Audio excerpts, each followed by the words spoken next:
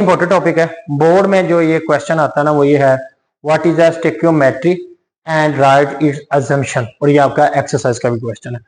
और बोर्ड में ऐसे भी आता है, right the assumption of the stoichiometry with the according to their law. उनके जो लॉ है उनके पे कैसे डिपेंड करते हैं। पहले तो हम बोर्ड के लिहाज से देखते हैं ना। बेसिकली ये एक ब्रांच है केमिस्ट्री की जिसमें क्वांटिटेटिव रिलेशनशिप कायम किया जाता है बिटवीन रिएक्टेंट एंड प्रोडक्ट। कैसे? लाइक मैं यहां पे लिखता हूं ना H2 प्लस O2, तो ये बन गया वाटर। ठीक है।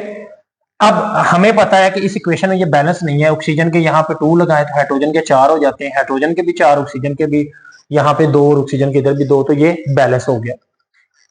अब ये जो मैंने इक्वेशन लिखी है, अब ये बैलेंस केमिकल इक्वेशन, तो बैलेंस केमिकल यहाँ पे होना कंडीशन मस्ट है। तो डेफिनेशन ये है, branch of chemistry which deals, जो डील्स करती है क्वांटिटेटिव रिलेशनशिप, क्या तादाद है रिएक्टेंट की और क्या प्रोडक्ट की, of reactant and product as given in balance chemical equation. Balance chemical equation में जो रिएक्टेंट दिए होते हैं, जो प्रोडक्ट होते हैं, उन दोनों के अंदर क्या रिलेशन आ रहा है। और इंशाल्लाह ये हम वीडियो के एंड पे ये देखेंगे एमडी कैट के हवाले से भी, और इस टॉपिक के लिहाज से इस टॉपिक में असल पढ़ने का मकसद क्या था। तो ये हो गया हमारे पास quantitative relationship between the reactant and product in balance chemical equation. इसी डेफिनेशन से डेफिनेशन निकलती है stoichiometric amount, the amount of reactant are a product as given by balance chemical equation. वो अमाउंट जो गिवन होती है बैलेंस केमिकल इक्वेशन में, उसको हम कहते हैं स्टोइकियोमेट्रिक अमाउंट। मिसाल के तौर पे हाइड्रोजन का 1 है तो यहाँ पे हमारे पास 4 आ गया, ऑक्सीजन का 16 मल्टीप्लाई 2 32 आ गया, और इसको कैलकुलेट करें तो हमारे पास 36 आता है। तो इसका मतलब 36 is equal to 36 balance chemical equation. अब हम अजम्पशन की तरफ चलते हैं। अजम्पशन कहते हैं कि all the reactant are completely convert into product. जरूरी है कि तमाम रिएक्टेंट कन्वर्ट हो किसमें, प्रोडक्ट में। और यही तो law of conservation of mass है। अब ये जो law of conservation of mass है वो क्या कहता है, एनर्जी नेदर बी क्रिएटेड और destroyed can be change one form to another form. तो हाँ, तो ठीक है ना कि all the reactant are completely convert into product. जरूरी है भाई 36, जब पूरा का पूरा 36 में ही कन्वर्ट होगा। अगर आप 5 किलो को चीज ले रहे हैं रिएक्टेंट, तो प्रोडक्ट भी 5 ही बननी चाहिए, तभी बैलेंस होगी। तो जरूरी है रिएक्टेंट कन्वर्ट हो किसमें, प्रोडक्ट में। तो ये that is a law of conservation of mass is obeyed. This law all the reactant convert हो प्रोडक्ट में। Next, no side reaction. अब चाय बना रहे हो ना, तो अगर पंखा चला के उसके नीचे चाय बनाए ना, तो हवा की वजह से जल्दी चाय को बॉयल नहीं आएगा। लेकिन अगर वही चाय आप पंखा बंद करके नॉर्मल रूम टेम्परेचर में करेंगे तो चाय जल्दी बॉयल आ जाएगी। तो ये दैट इज साइड रिएक्शन, वो जो एयर ऊपर से दबाव डाल रही थी। तो इसलिए कोई साइड रिएक्शन नहीं होना चाहिए, नो साइड रिएक्शन। तो ये कहता है law of definite proportion is obey. जो लॉ के मुताबिक जितनी प्रोपोर्शंस रखी गई हैं उतनी ही होनी चाहिए, कोई इजाफी चीजें शामिल नहीं होनी चाहिए। No side reaction. तो 2 लॉ हमारे यहां खत्म हो गए। All the reactant are convert into product, ठीक है, completely convert into product, that is law of conservation of mass is obeyed. और इसके बाद है नो साइड रिएक्शन, क्या है, law of definite proportion is obeyed. Last है थर्ड, जो आपकी टेक्स्ट बुक में नहीं लिखी, यहां पे मेंशन है, लिखनी है, the reaction must be irreversible. ये देखें, रिएक्शन इरिवर्सिबल, रिवर्सिबल होगा ना तो वो वापस आ जाएगी, पर रिएक्टेंट कन्वर्ट इनटू प्रोडक्ट नहीं होगा। ठीक है, तो ये थोड़ा प्रॉब्लम है। डेफिनेशन होगी, असम्पशन होगी, स्टोइकियोमेट्रिक अमाउंट भी होगी। एक चीज आ गई इसकी लिमिटेशंस। लिमिटेशन से पहले जाने के लिए मैं आप लोगों को लेके जाऊंगा केमिकल इक्वेशन क्या है। लोग कहते हैं ना केमिकल इक्वेशन, फलां की केमिकल इक्वेशन लिख दो, वाटर की केमिकल इक्वेशन लिख दो। तो what is the chemical equation? कहता है the statement which describe the chemical reaction in term of symbol and a chemical formula.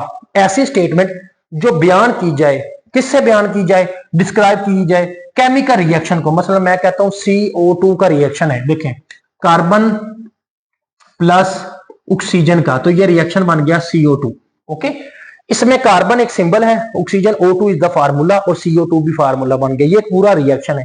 इस पूरे रिएक्शन को बयान किया गया है सिंबल से और फार्मूला की मदद से। तो इस पूरी इक्वेशन को क्या कहते हैं, chemical equation. The statement that describe a chemical reaction in term of symbol and a chemical formula. ये कंप्लीट। अब इसकी कुछ लिमिटेशंस हैं। ये लिमिटेशंस हम स्टोइकियोमेट्रिक में भी लिख सकते हैं, हम केमिकल इक्वेशन में भी लिख सकते हैं। क्या है limitations? Does not show the rate of reaction. हमें रेट ऑफ रिएक्शन नहीं पता चलता, 1 है, 2 है, 3 है, फास्ट है, स्लो है, इंटरमीडिएट है, ये चीजें नहीं पता चलती। Does not tell us about the condition necessary for reaction. Reaction के लिए ना कंडीशंस होती है, रिएक्शन ऐसी होना चाहिए लाइक हमारे पास नॉन एक्विलिब्रियम होना चाहिए, एक्विलिब्रियम होना चाहिए, लाइक इसके अलावा कंडीशन होती है इतने टेम्परेचर पे होना चाहिए, इतने प्रेशर पे होना चाहिए, ये कैटालिस्ट इस्तेमाल होना चाहिए और ये फिजिबल कंडीशन है। तो इस तरह की फिजिबल कंडीशंस नहीं मेंशन होती। रियल में जब हम उस चीज को करते हैं तो उसके लिए हमारे उस जगह का इन्वायरमेंट क्या होगा, तो ये चीजें मेंशन नहीं की होती। तो ये दो चीजें हमारे पास लिमिटेशन में आ गई। टॉपिक हमारा कंप्लीट हो गया।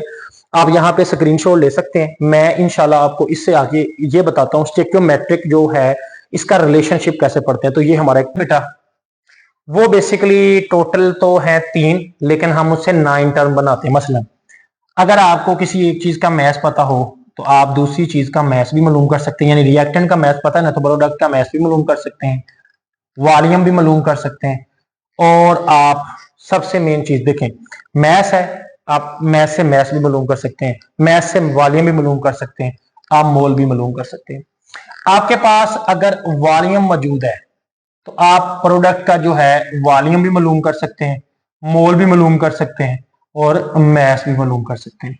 इसके बाद रह गया हमारे पास मोल, तो हम मोल भी मालूम कर सकते हैं, मैस भी मालूम कर सकते हैं और हम मालूम कर सकते हैं वॉल्यूम भी।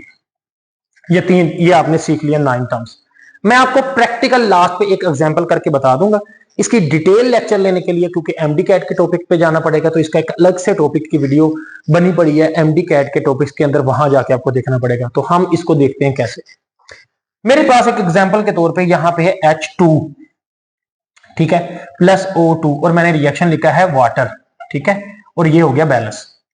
अब मुझसे कोई बंदा क्वेश्चन करता है, कहता देखें अगर आपके वाटर के रिएक्शन में फॉर्मेशन ऑफ वाटर के अंदर 2 मोल हाइड्रोजन के हैं और 1 मोल ऑक्सीजन का है तो वाटर के कितने मोल होंगे? 2, ठीक है।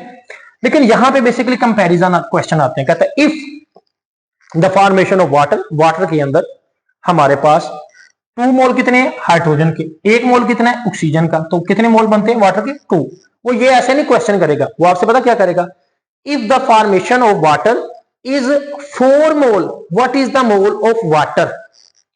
If the formation of water, water की फॉर्मेशन में 4 mole of hydrogen, 4 mole of hydrogen, what is the mole of water?